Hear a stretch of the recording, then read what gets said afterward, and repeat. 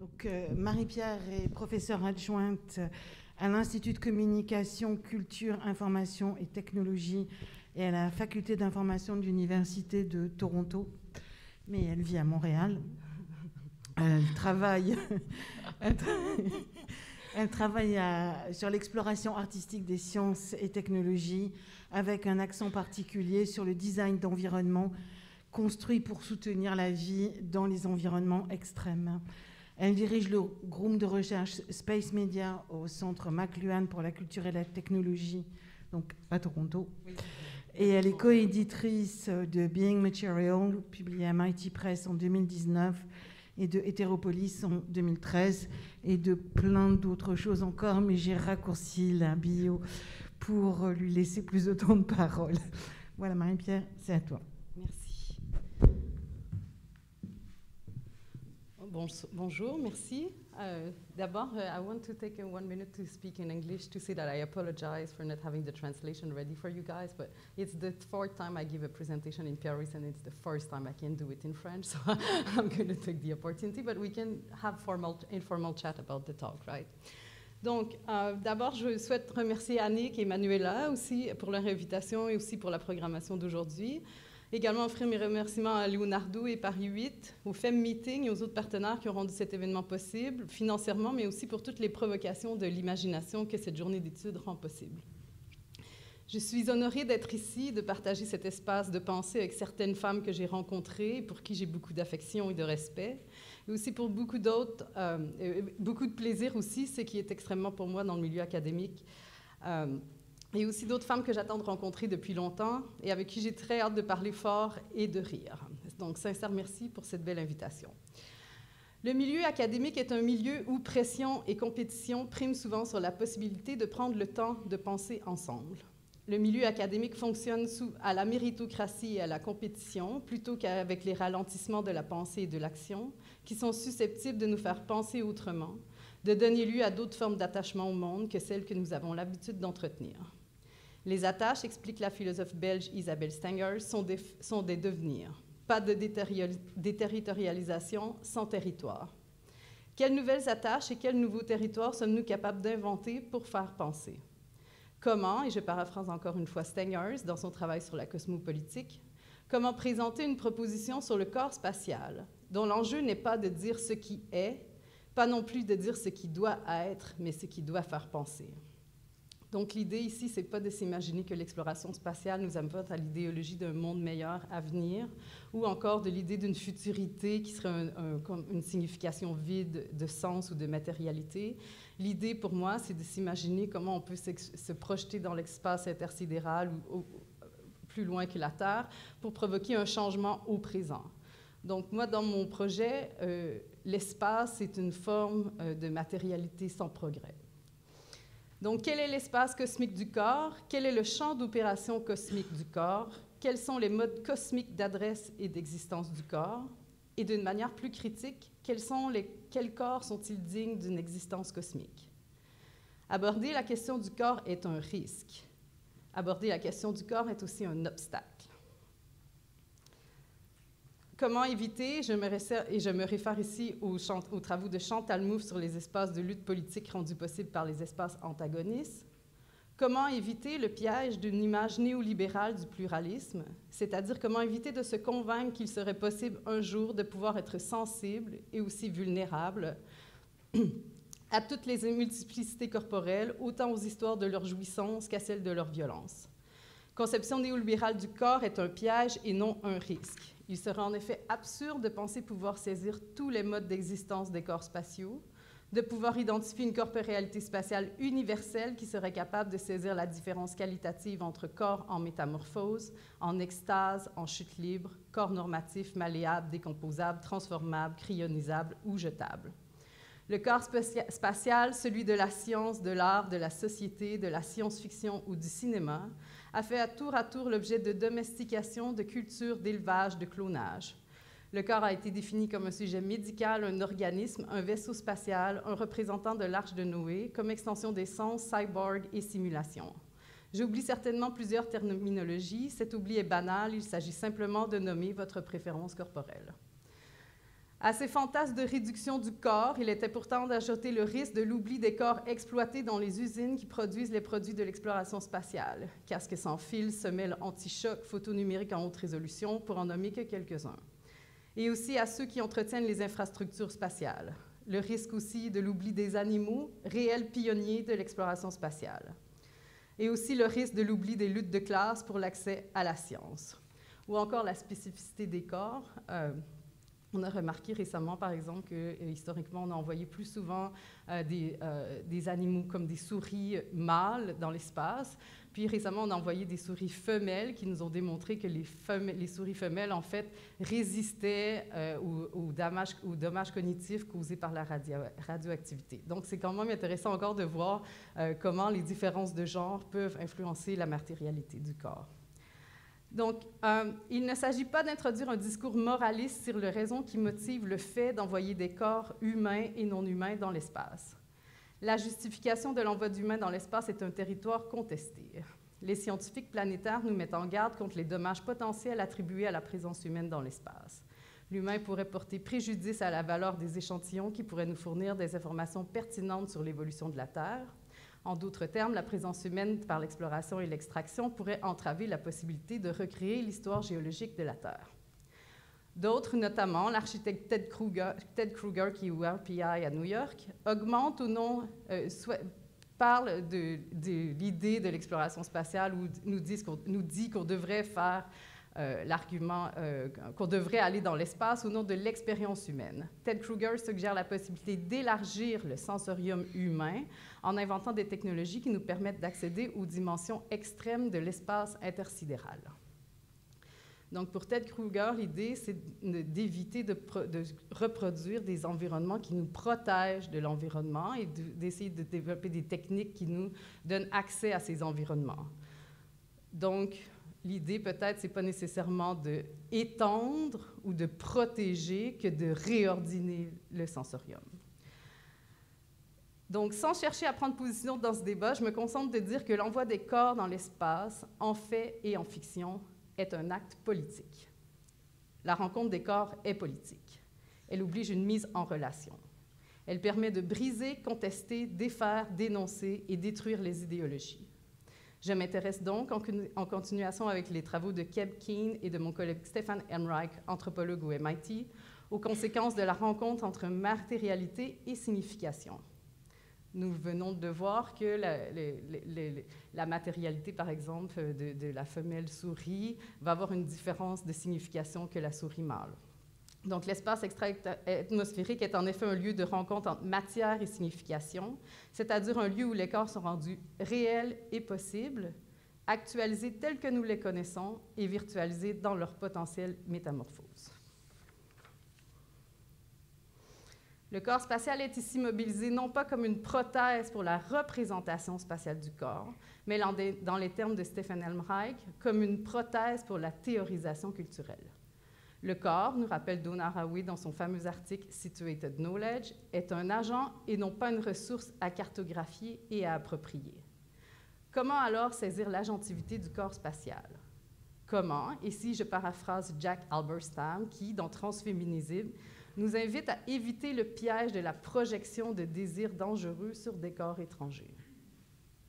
Refuser l'évacuation progressive du corps dans des théories abstraites et aussi dans un régime de la consommation des identités. Au carrefour de la performativité et de la matérialité, Espèce de temps, ma présentation d'aujourd'hui, investit cette double réalité du corps à travers l'examen de nouvelles formes de temporalité qui émergent dans l'expérience de différents champs gravitationnels. Espèce de temps pose la question du corps spatial depuis un régime de la temporalité en interrogeant les matérialisations chronocorporelles provoquées par l'espace extra-atmosphérique. Ma présentation aujourd'hui était formée notamment par des comptes rendus et des témoignages d'artistes qui rapportent une sensation nouvelle du temps suite à l'expérience de différents gradients de gravité.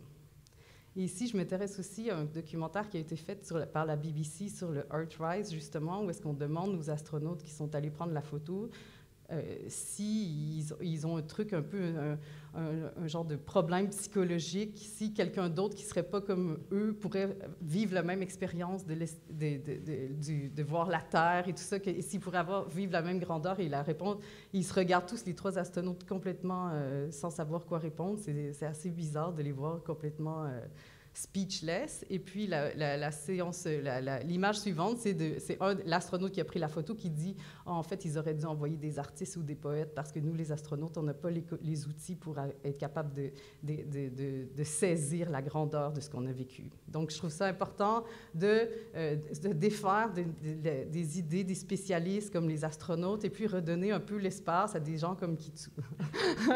Merci. Donc, je m'intéresse particulièrement au témoignage de Kitsu Bout-du-Bois.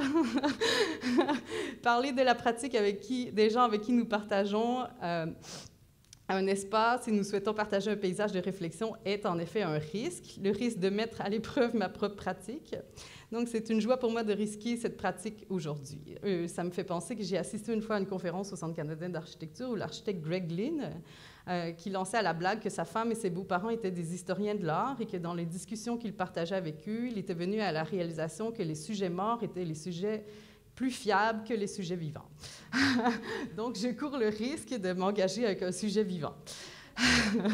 Non, je suis prête à courir le risque. J'ai relu la thèse de Kitsu récemment, je l'ai faite livrer. Kitsu a écrit sa thèse dans les années 90, elle a été archivée en microfilm, je l'ai faite livrer à mon université, je l'ai faite transférer en format PDF, tout. En tout cas, mais en tout cas, j'espère, Kitsu, que mes remarques ne feront pas jaillir les monstres et les fantômes de ta thèse aujourd'hui. Donc, mon objectif aujourd'hui n'est pas d'opérationnaliser une critique du corps, mais de m'engager dans un processus qui permet d'opérer une minoration autour du corps, à l'intersection du pouvoir socio-économique et du pouvoir thérapeutique. Mon état, c'est de pratiquer l'expérience de pensée du corps comme une jouissance. Dans The Promise of... Bon, donc, l'happiness, enjoyment and happiness. Dans The Promise of Happiness, Sarah Ahmed nous demande de réfléchir à qu'est-ce que signifie être digne du bonheur et comment le bonheur justifie l'oppression et reproduit des scripts de marginalisation sociale. L'existence, écrit Stengers, n'est pas un objet de connaissance, mais ce dont nous jouissons, ce dont nous avons une appréhension concrète en tant que jouissance. Donc la pensée comme expérience de jouissance, où il faut apprendre à apprendre et risquer sa propre démarche. Donc je mise, malgré les warnings, comme on dit, les alertes de Sarah Ahmed à nous dire de faire attention, de ne pas reprendre l'idée du bonheur, comme de reconnaître les inégalités sociales qui sont sous-tendues derrière l'idée du bonheur.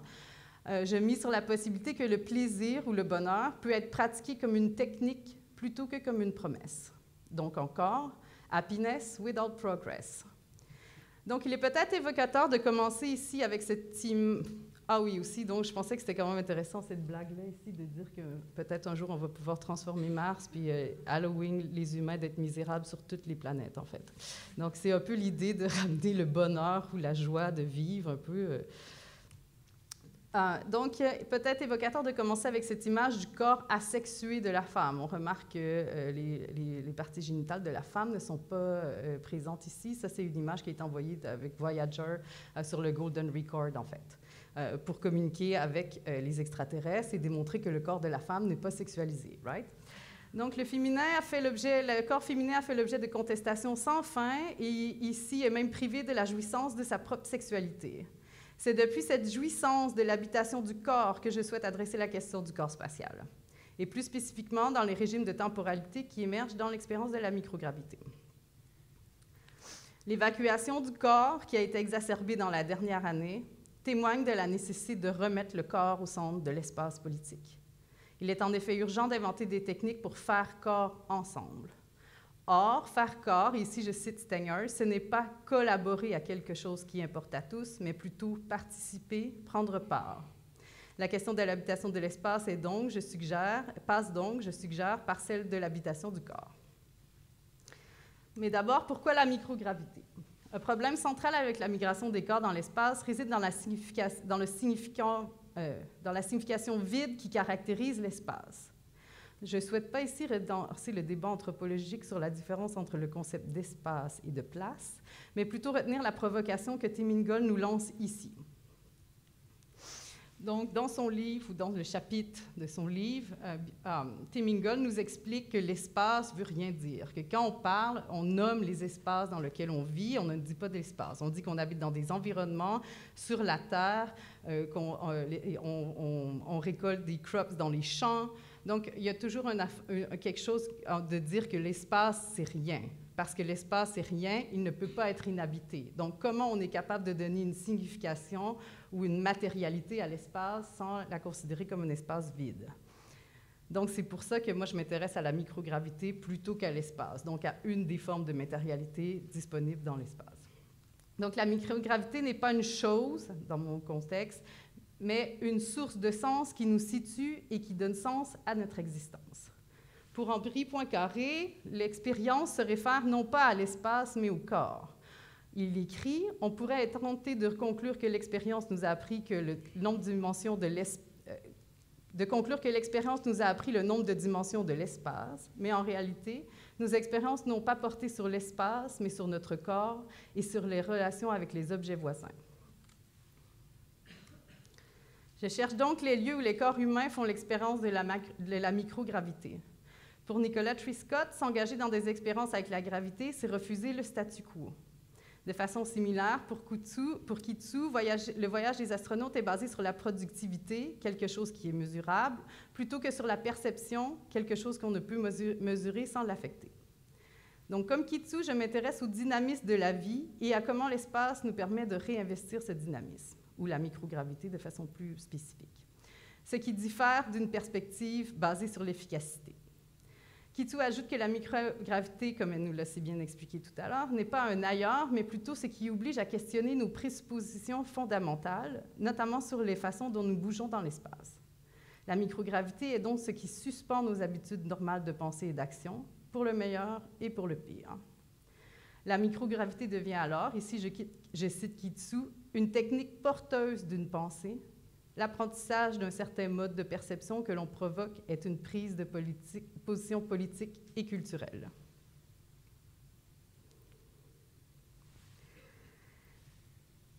Donc, maintenant, pourquoi le temps? Peut-être que je vais mettre ça avant. Parce que le temps brise la cohérence de l'espace et donne lieu à de nouveaux possibles. Je cherche donc à entrer en contact avec la microgravité de la même manière dont on pourrait visiter un chaman, un docteur, un hypnotiseur, un sorcier ou un guérisseur.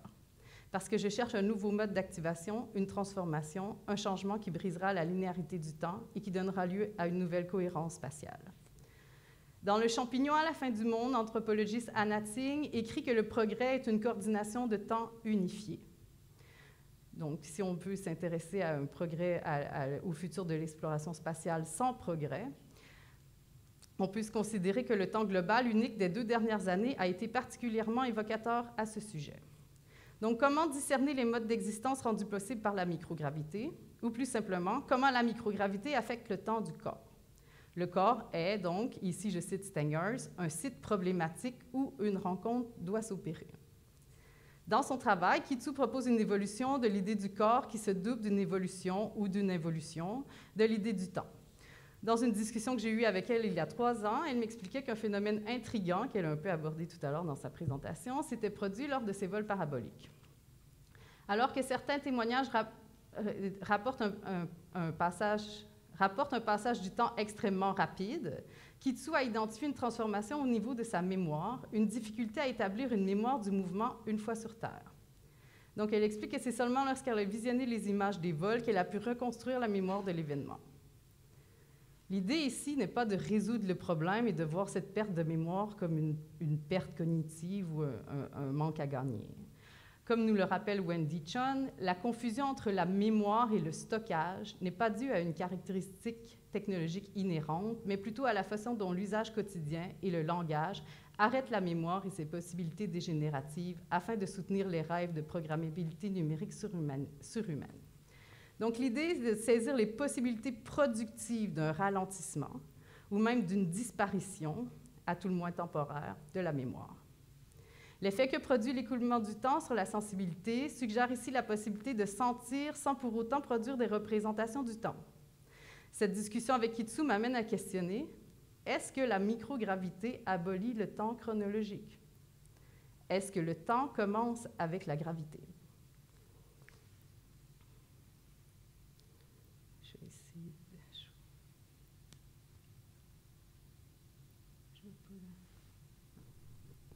de jouer non, ici, c'est une œuvre de l'artiste mexicaine Ali de la Puenta qui a amené un sablier dans un vol parabolique. Je vais laisser un petit peu l'œuvre se jouer d'elle-même avant de faire des commentaires.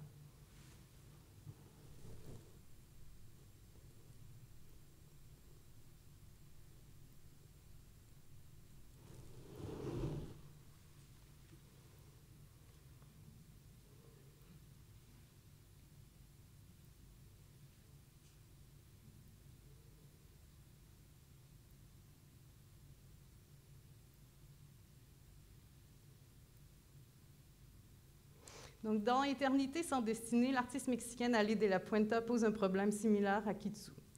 Ali a apporté un sablier dans un vol parabolique. Après son expérience, Ali vient à la conclusion qu'en microgravité, le temps ne sait pas quoi faire.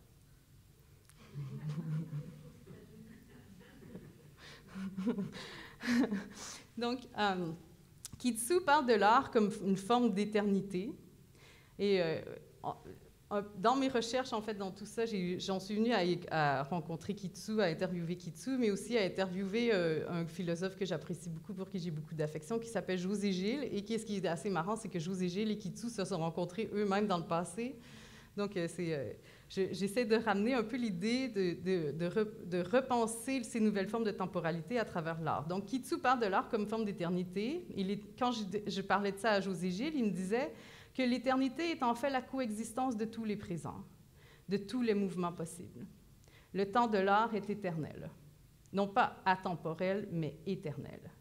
Tous les temps sont présents dans l'éternité. Donc l'éternité n'est pas synonyme d'immortalité, il s'agit plutôt d'être attentif à comment elle se plie et se déplie dans le temps. Donc la microgravité nous ramène à un régime temporel de perception inédit, à une idée d'un présent continu vécu avec passion et affection, sans aucune forme de mémoire. Kitsu rapporte que pour les astronautes et les cosmonautes, l'arrivée en microgravité provoque une dilatation de l'espace qui invoque une relation de l'enfant, une sorte de réapprentissage spatial. Dans sa thèse, elle rapporte que 4 à 8 semaines semblent nécessaires pour modifier la mémoire profonde correspondant à la construction d'un schéma corporel adapté au nouvel environnement. Cette nouvelle forme de temporalité ralentit la productivité des astronautes. Il semble donc que pour faire et défaire le temps, il faut s'entraîner à changer d'environnement, se risquer à de nouveaux environnements, se risquer à bouger différemment, saisir l'authenticité du vécu corporel et s'engager dans ce que Kitsu appelle une poésie de l'espace. Donc, Kitsu parle d'élargir la mémoire comme le rêve active notre mémoire. Élargir la mémoire en s'engageant dans des schémas moteurs inédits. Donc, qu'est-ce que cela pourrait bien vouloir dire? Kitsu contraste les différences de temporalité vécues dans les vols paraboliques, modification de rythme interne et de conflits de temps à gérer dans un instant. Donc, d'abord, elle explique qu'il y a une idée très précise du temps, comme elle nous l'a expliqué, le temps de la parabole qui reproduit la même organisation du temps à donc toujours 20 secondes. Il y a une temporalité chronologique assez claire, bien établie, très bien régie. En même temps, à l'intérieur de ces intervalles de temps très courts, existent des conflits sensoriels et des phénomènes d'adaptation qui rendent la perception de la durée extrêmement subjective. Puisque la vitesse est constante dans la parabole, elle ajoute que le cerveau a de la difficulté à évaluer la durée. Donc, la sensation de la durée reste néanmoins liée, elle nous explique, à la gestuelle et à la perception. Donc, peut-être qu'on ne pourrait pas faire de technologie pour supprimer le temps chronologique sur la Terre et réinvestir les nouvelles formes de temporalité qui émergent en microgravité, mais peut-être que ce serait possible de faire bouger le corps différemment pour arriver, c'est un peu ça que Kitsu fait avec son projet qu'elle nous a présenté. Donc, le même corps à des vélocités différentes fera des expériences différentes du temps. Par exemple, elle nous explique que lors de déplacements rapides, qu'on a vu le danseur, a la sensation qu'il est hors du temps, sans plus de durée intérieure, et quand il se tient immobile, il ressent nettement la sensation de durée. Donc, en lévitation, elle explique que la gestuelle est plus lente. Le temps peut s'étirer sans conscience de durée, elle écrit, pour produire une éternité. Donc, comment vivre l'éternité comme un astronaute sur la Terre? Donc, ralentir le temps, élargir la mémoire, c'est faire bouger le corps autrement. La mobilité est une forme qui libère l'énergie. Donc, la gravité, Gilles Ikitsu explique, José Gilles Ikitsu explique, peut être transformée en une énergie qui relie le corps à ses propres potentialités. Une ethnographie des techniques du corps, comme le dit Kitsu, qui saisit le corps comme celui qui secrète l'espace et qui devient l'étalon de sa propre mesure. Le corps est en effet une prothèse des théorisations culturelles, comme je l'ai dit, puisqu'il est en relation avec l'espace et non pas représenté par lui. Donc, je pense qu'ici, on arrive à un problème qui vient probablement du McLuhan Center, où je suis basée avec McLuhan, à dire que les technologies performent des extensions du corps. Donc, on pourrait penser que l'extension du corps pourrait être une représentation, donc le corps est en représentation dans l'espace. Donc, il faut se défaire un peu de ces technologies-là pour essayer de rentrer en relation avec l'espace plutôt qu'en représentation. Donc, à l'intersection de l'habitabilité et de la métamorphose corporelle, l'expérience de la microgravité transforme l'énergie corporelle et réorganise le sensorium en introduisant de nouvelles valeurs temporelles ou intemporelles. Le corps spatial est alors saisi dans ses modalités environnementales comme médiateur d'une forme de vie temporelle. Donc, se défaire du poids gravitationnel, comment faire pour se défaire du poids gravitationnel et s'attacher temporellement aux intemporalités extraterrestres? En considérant le temps comme pensée et non pas comme illustration de la vie. Je voudrais conclure en demandant si l'idée d'un corps, ou la valeur terrestre d'un corps, d'une multiplicité de corps, de corporéalité ou de corporéalisation spatiale, est une technique qui nous permet de défaire et de refaire le temps. Non pas l'histoire de l'exploration spatiale, mais celle du temps. Merci.